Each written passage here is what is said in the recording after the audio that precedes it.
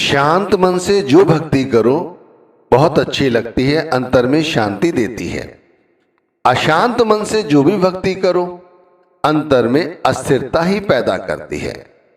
भाई, नाम दान मिलने के बाद भी यदि हमारे मन में अस्थिरता है, शांत नहीं है मन तो फिर हमें अपने आप से ये विचार करना चाहिए कि ऐसा क्यों है। क्योंकि नाम दान मिलने के बाद तो मन में शांति आ जाती है, मन संसार का चिंतन नहीं करता। बहुत सारे ऐसे इतिहास हैं जिनके पन्नों को हम पलटते हैं तो हम पाते हैं कि ऐसे बहुत सारे संत रहे जो नाम दान मिलने से पहले उनका मन अशांत था, फिर शांत हो गया। देख लो राजा जनक को, कहते हैं गुरु प्राप्ति के बाद जब से उन्होंने गुरु अष्टावक्र जी ने उन्हें अपनाया, उसके बाद उनकी दिनचर्या बदल गई। उन्होंने संसार को बहुत कुछ दिया, गुरु भक्ति के विषय में उन्होंने बहुत कुछ समझाया। इसी तरह वाल्मीकि जी, जब उन्हें नारद जी गुरु की प्राप्ति हुई, उनके मन की अस्थिरता शांत हो गई और उन्होंने वाल्मीकि रामायण तक लिख दी। कहते उन्होंने वो तक जान लिया जो भविष्य में घटित होता था, और वो जो लिखते गए वही आगे भी घटित हुआ। तो नामदान मिलने के बाद हमारे मन में शांति आनी चाहिए। यदि हमारा मन अभी भी संसार के भोगों में, संसार की माया में रमा हुआ है, तो अभी हमारा मन शब्द के साथ नहीं जुड़ा। इसे शब्द के साथ जोड़ो। माया मोह सबो जग सोया, एह भरम कहो क्यों जाई। भाई, सारा संसार ही है जो माया के भरम में सोया हुआ है, और ये भरम जब ही जाता है जब ये मन नाम की कमाई करता है। नामदान लेने के बाद, गुरु की कृपा होने के बाद, तो फिर हमें ये नाम की कमाई करनी ही चाहिए। जैसे बताया गया है वैसे करनी चाहिए, और अपनी तरफ से भी प्रयास करना चाहिए जिससे हम ज्यादा से ज्यादा समय तक हम नाम के साथ जुड़े रहें। अभी हम अंधे हैं, अभी हम आंखों वाले नहीं बने। यदि नाम के सहारे जुड़ गए तो फिर हमारे अंतर से जो ये मायावी आंखें हैं, दुनियावी आंखें हैं, ये बंद होने के बाद वो आंखें खुलनी चाहिए जिनसे हमें शब्द दिखाई दे, गुरु दिखाई दे। शब्द बिना सारा जग अंधा, काटे कौन मोह का फंदा। ये मोह का फंदा है, कौन काटेगा? केवल शब्द, केवल गुरु, और कोई नहीं। शब्द के बिना सारा संसार अंधा है। और हमें शब्द मिल गया, नाम मिल गया, उसके बाद भी हम रोते हैं। हमारा मन शांत नहीं है, हमारे मन में अभी भी संसार की आशा, तृष्णाओं की आसक्ति रहती है, तो ये गलत है। इसे समझना होगा कि हमसे कहां कुछ छूट रहा है। गुरु ज्ञान अंजन सच नेत्री पाया, अंतर चाणन अज्ञान अंधेर गवाया। तीसरी पातशाही ने कहा है कि गुरु ने जो ज्ञान दिया है, उनसे हमारे अंतर में जो आंखें प्रकट हुई हैं, उन आंखों से हमें परमात्मा दिखाई देता है, गुरु दिखाई देता है, गुरु का शब्द दिखाई देता है, अपनी स्वयं की हस्ती दिखाई देती है कि हम हैं कौन। हम उस सचखंड से आने वाली एक अंश हैं आत्मा की, और इस मृत्यु लोक में, इस शरीर के अंतर में ये आत्मा विराजमान है, और इसी शरीर के अंदर परमात्मा भी है। लेकिन अंतर अलख न जाए लखिया, विच पर्दा हौ में पाई।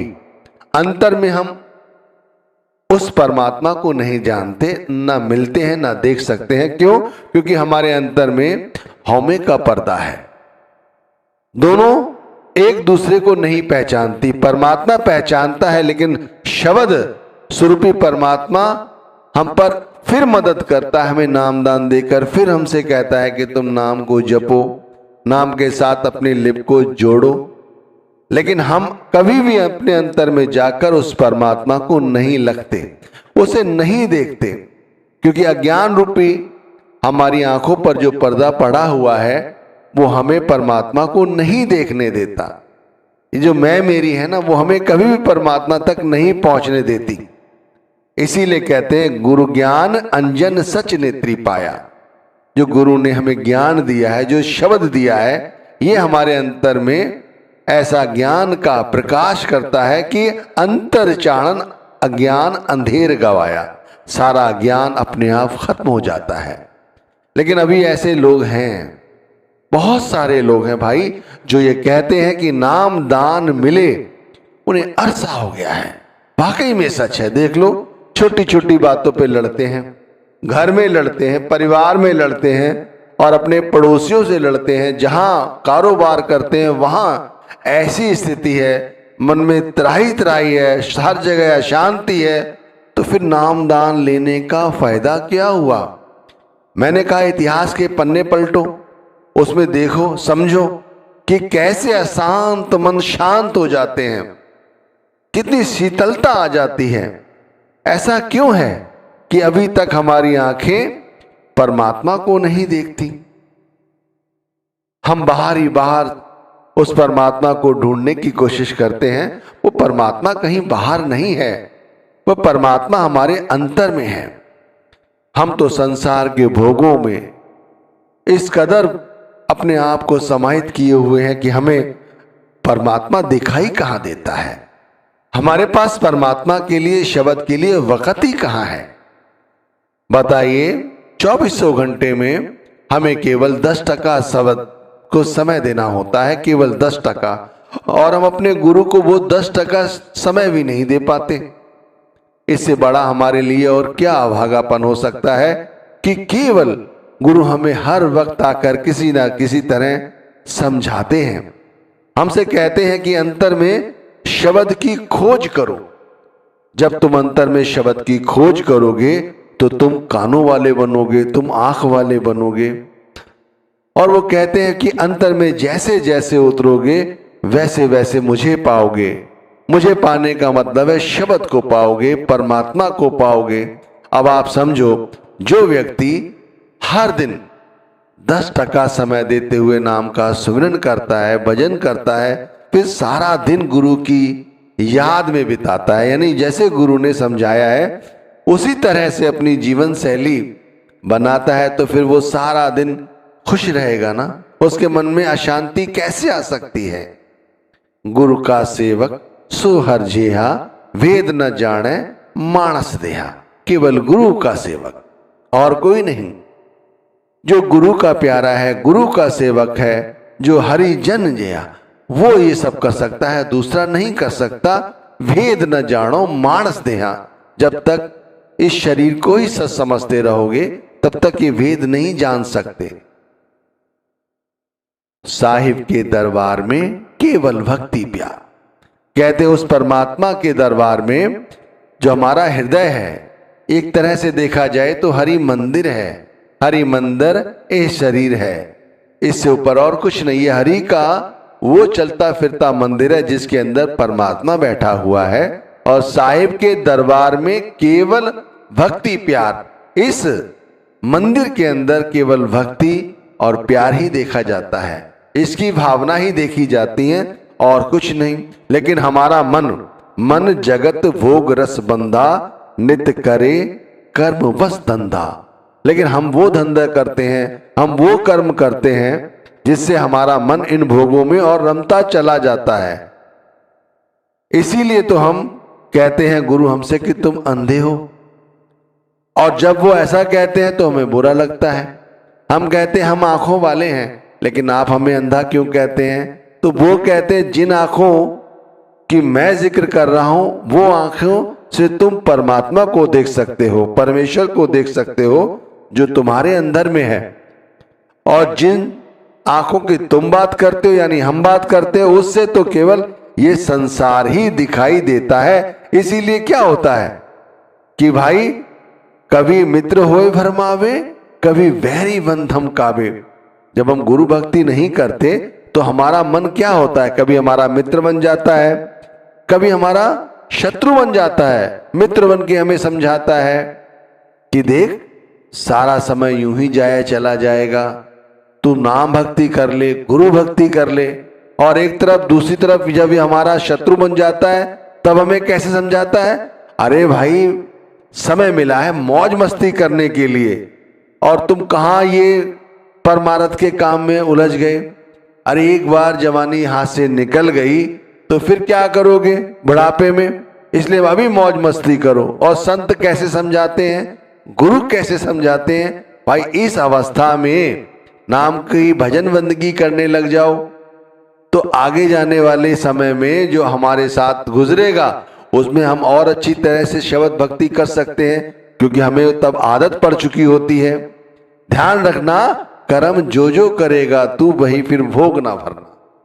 ये जितने भी हम कर्म करते हैं, चाहे अच्छे करें चाहे बुरे करें, इन सब का हमें नतीजा यहां भोगना पड़ता है।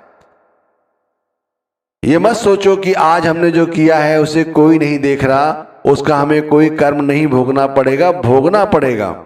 इतिहास उठाकर देख लो, कर्म जो जो करेगा तू वही फिर भोग ना भरना। कहते महापुरुषों को भी अपने कर्म भोगने के लिए इस मृत्यु लोक में आना पड़ा है। उन्होंने भी हमारी तरह मनुष्य जन्म लिए और तरह तरह के कष्ट भोगे। और ऐसा नहीं है कि खाली मनुष्य जन्म ही मिला हो, उन्हें इनसे भी नीचे की योनियों में जन्म लेना पड़ा है, और तब उन्होंने अपने कर्मों के सिलसिले को खत्म किया। और हमारे गुरु, हमारे पूरे गुरु ने हमें जो नाम दिया है, केवल यदि हम उस नाम का जाप कर लें, केवल उस नाम का जाप कर लें, उस नाम के साथ अपनी आत्मा को जोड़ें, तो भाई हमारी ये जो कर्मों का सिलसिला है वो खत्म हो जाता है। इससे बड़ी आप क्या बात हो सकती है कि महापुरुषों को भी यहाँ आकर हिसाब किताब देना पड़ता है, लेकिन हमारे हिसाब किताब सारे के सारे खत्म हो जाते हैं जब हम नाम के साथ जुड़ते हैं तब। लेकिन हम नाम की कमाई नहीं करते, इसीलिए कह रहे हैं कि शब्द मरे सो मर रहे, फिर मरे न दूजी बार। एक बार जो शब्द के अंदर जज्ब हो जाता है, जो शब्द में मर जाता है, यानी जिसने अपने आप को शब्द के अंदर समाहित कर लिया, जिसके हृदय में सिर्फ शब्द ही समाया रहता है, वो फिर बार बार इस 84 लाख योनि की जिया जून का जो जंजाल है वो उसमें नहीं पड़ता। उसे बार बार यहां मरना नहीं पड़ता, बार बार दुख उठाने नहीं पड़ते। चलो ये मरने की बात है, आप शायद यकीन ना करें, मैं वैसे भी कहता हूं आप खुद से विचार करके देखो कि अपने आप को गुरु को सौंप दो, गुरु की सच्ची प्रीति करो, शब्द के साथ अपनी आत्मा के तारों को जोड़ो और शब्द जपते रहो, नाम जपते रहो, दुनियावी काम करते रहो। दुनिया में हर तरफ शब्द है। आपके साथ जो खड़ा हुआ व्यक्ति है, जो परिवार में रह रहा है, वो शब्द है, उसके अंदर परमात्मा समाया हुआ है। कहते हैं ना, अंतर अलख न जाए लखिया विच पर्दा हौमे पाई। पाजी पातशाही ने जो बात समझाई है, इसे समझो कि हमारे अंतर में शब्द है, परमात्मा है, लेकिन मुझे समझ नहीं आ रहा है क्योंकि बीच में हौमे का पर्दा है। लेकिन यदि ये पर्दा हट गया तो फिर सभी जगह परमात्मा दिखाई देना चाहिए, गुरु दिखाई देना चाहिए। दिखाई देता है, ये उन्हीं लोगों को दिखाई नहीं देता जिन्हें अभी तक मनमुख हैं, जो अभी गुरुमुख नहीं हुए। इसीलिए नामदान मिलने के बाद, इतना अरसा होने के बाद भी वो दुखी हैं। उन्हें दुखी हैं तो भाई इसका निवारण भी उन्हें खुद ही निकालना होगा। गुरु ने नाम दे दिया है, इससे ज्यादा वो कुछ नहीं कर सकते। गुरु संभाल जब ही करेगा जब गुरु के नाम के साथ जुड़ोगे, नाम से प्रीति करोगे। पूजा करे सब लोग संतो मनमुख था न पाई। सारा संसार पूजा कर रहा है, ऐसी पूजा से क्या फायदा। मनमुख था न पाई, जो मनमुख हैं, अभागे हैं, वही लोग दुखी हैं। इसलिए गुरु की पूजा का मतलब है नाम की पूजा, नाम की भजन बंदगी करो। सुबह उठो, रात्रि के तीसरे पहर उठने की कोशिश करो। यदि नहीं उठ सकते, उस समय जब उठ सकते हो तब उठ जाओ। सुबह उठो, गुरु नाम को जपो। उस समय सारे कारोबार, सारी चिंताओं को गुरु को सौंपकर अपने आप में चौखड़ी मारकर आंख बंद करके आज्ञा चक्र पर अपने ध्यान को केंद्रित करते हुए गुरु नाम के साथ जुड़ो, गुरु के स्वरूप के साथ जुड़ो। जैसे जैसे नाम जपोगे चिंताएं अपने आप छूमंतर हो जाएंगी। बड़े बड़े लोगों का यही एक्सपीरियंस है।